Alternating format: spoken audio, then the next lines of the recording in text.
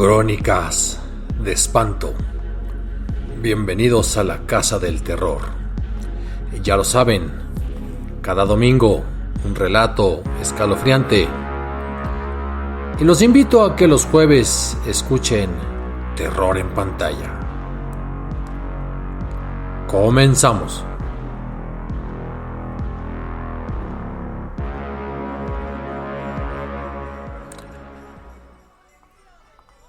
Los que van de turistas a Guanajuato, el lugar imperdible es el Jardín Unión.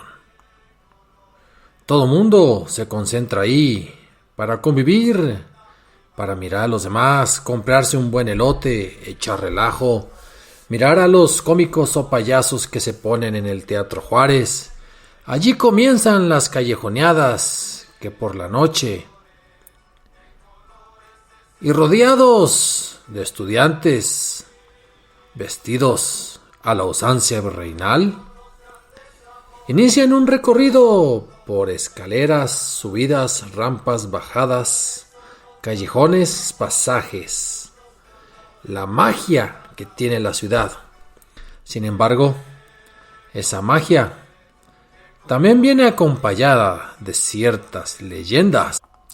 Y es que mientras la gente convive, come, cena, cotorrea, bebe, compra artesanías, la mayoría contempla el templo de San Diego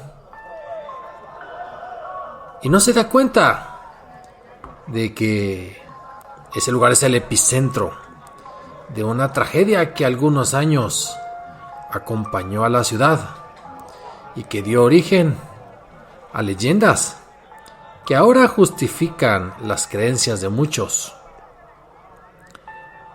en los monjes que recorren las calles subterráneas o los túneles. Pero vayamos por el principio. Precisamente si uno se ubica ahí en el Jardín Unión y observa de frente, en medio de todos los vendedores de litografías, de pinturas y demás, el templo de San Diego, descubrirá que parece un poco cortado a rajatabla. Está el templo, una calle que ahora es peatonal sumamente estrecha, el Hotel San Diego, y al otro lado se encuentra el Teatro Juárez, uno de los más bonitos de México, pero que extrañamente tiene que ser remodelado de manera continua y mediante gastos ingentes se mantiene la belleza escultórica y patrimonial.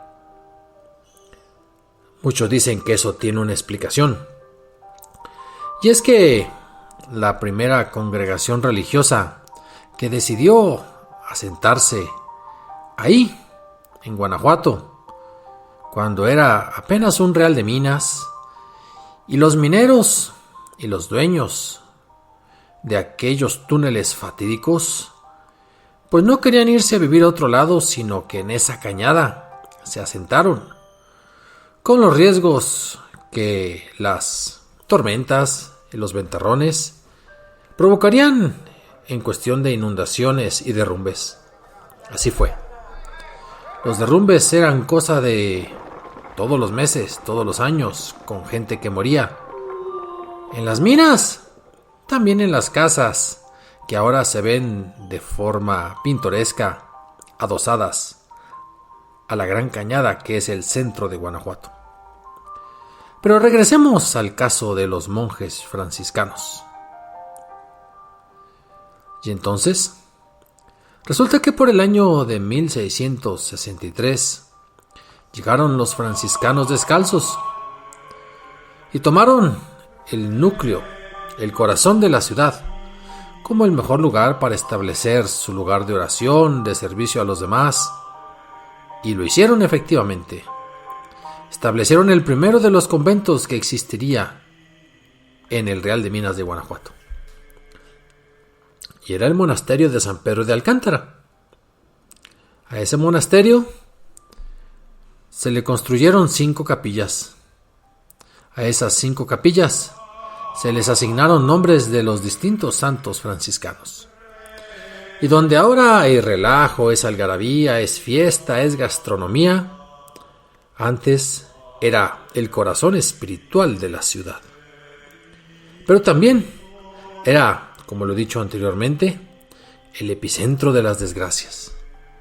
Porque mientras la ciudad crecía, algunos se enriquecían y otros sobrevivían, ocurrían tormentas y por ende inundaciones. La ciudad, y sobre todo esa parte que podríamos considerar la más baja, se inundaba, la gente moría y la gente era llevada por ríos temporales provocados por las tormentas y las inundaciones.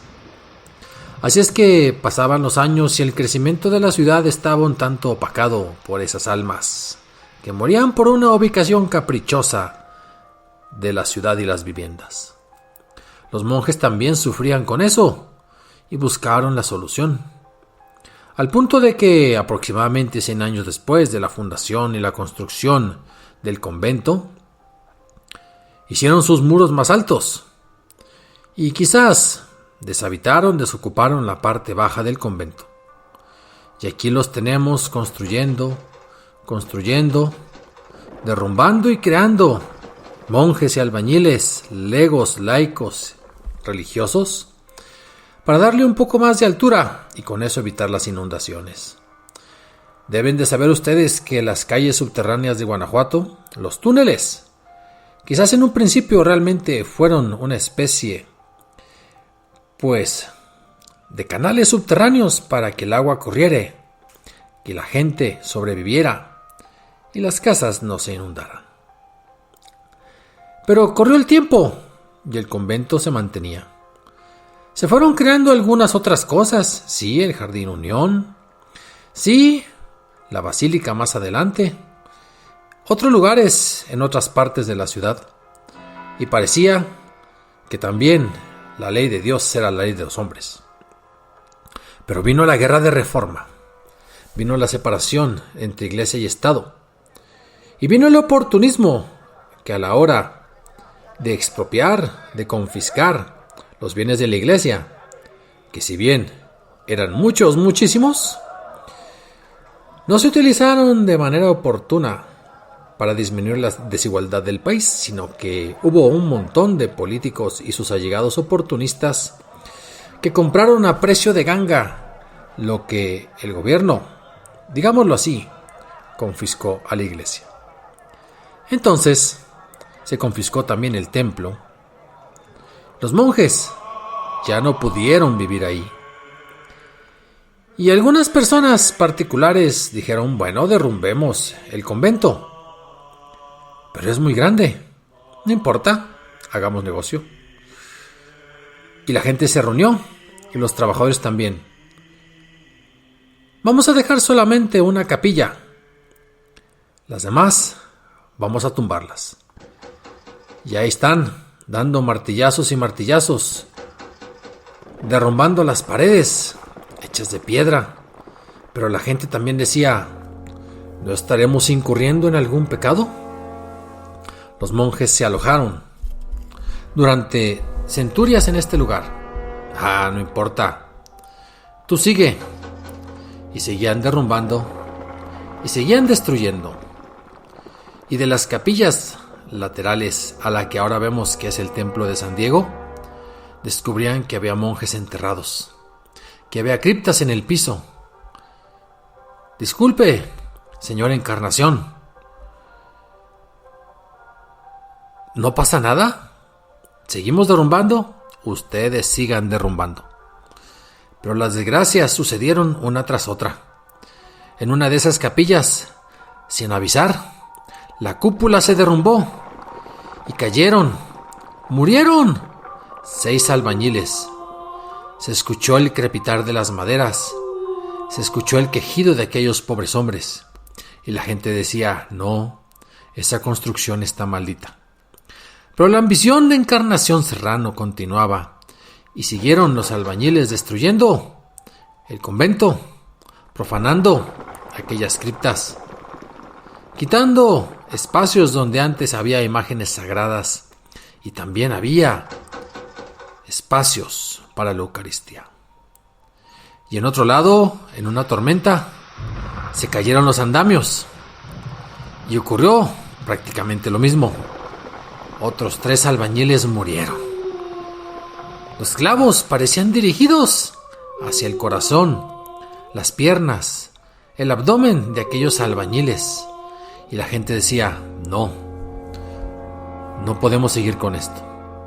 Se acabaron los albañiles y los trabajadores de la ciudad de Guanajuato. Chon, el dueño, ahora de lo que era el convento en otros años, tuvo que conseguir trabajadores de municipios aledaños, incluso de más lejos, de Querétaro y de Michoacán, para que siguieran derrumbando. Pero los heridos se incrementaban. La gente de Guanajuato ya decía, aquello es una edificación maldita. Total, que se construyó por un lado un hotel, dicen que se llamaba el Hotel Emporio, y que la gente acudió, se hospedaba. Los primeros días, sí, los cuartos estaban llenos. Pero poco a poco, la gente dejó de hospedarse. Se corrió el rumor de que efectivamente por los pasillos del hotel pasaban las almas de los monjes, que simplemente rezaban en voz baja, pero a la gente le daba pavor sentir que estaba profanando un lugar que ahora de deleite, diversión y descanso antes era de reflexión y meditación. Así es que el hotel fue un fracaso, ya nadie se hospedó, quebró el dueño del hotel. Y por otro lado había un mercado, pero la gente se intoxicaba con lo que compraba y después era producto, pues, de alguna extraña maldición. Pasaron los años, 10, 15, casi 20, y tanto el mercado como el hotel prácticamente fueron abandonados. Llegó un gobernador algunos años más adelante, de hecho vale la pena decirlo, Florencio Antillón. Le pareció que ya no era aprovechable y sano dejar esas instalaciones vacías en lo que era el centro neurálgico del estado y de la ciudad. Y dijo, bueno, con el apoyo del presidente, que en aquella época sería con el paso de los años don Porfirio Díaz, construyamos encima alguna otra obra. Y dicho y hecho, la gente se sorprendió porque destruyeron lo que había, pero se decía que la maldición de los monjes era permanente. Poco a poco construyeron una obra de magnificencia inimaginable. Y sí, se hizo el Teatro Juárez. Bellísimo, pero lento y tardado. Los albañiles ya no tenían tanto miedo, habían pasado los años. Ya no eran tanto los que recordaban la maldición de los monjes del templo de San Diego. De hecho, poco a poco se convirtió en un lugar donde nunca se duerme. Y, por decirlo de alguna manera, en el teatro ya no había gente todo el día, solo en los ensayos y en los eventos. Dejaron de haber muertos y heridos. ¿Quién sabe qué pasó con las criptas y aquellos monjes enterrados? Algunos dicen que se trasladaron a otros templos. Arriba está un templo también de San Francisco, de los franciscanos, subiendo por el callejón. Pasó el tiempo, pasaron los años. A la gente pareció que se le olvidó que efectivamente ahí antes hubo un gran convento. Ya solo veían un templo al cual a veces acude realmente poca gente. Y todo mundo, pues emocionado como estaba con las estudiantinas. Parece que no dormía la ciudad. Hasta que hace algunos 30 o 40 años, por azares del destino, se pusieron a escarbar por debajo del templo. Y efectivamente, se descubrió la parte original del convento de San Pedro y del templo de San Diego. Ahora hubo un interés antropológico y arqueológico. Lo fueron reconstruyendo, preservando. Y ahora pocos lo visitan, pocos lo conocen. Pero vale la pena entrar al museo del exconvento dieguino. Ahí, justo debajo del templo, justo debajo de la algarabía, de los gritos y del relajo, de la buena vida que uno se da en Guanajuato. Y sí, hay quien sigue contando que efectivamente uno recorre aquellas calles por la noche a menos de 20 metros, en línea recta. Uno se va a encontrar con las calles subterráneas, con los túneles.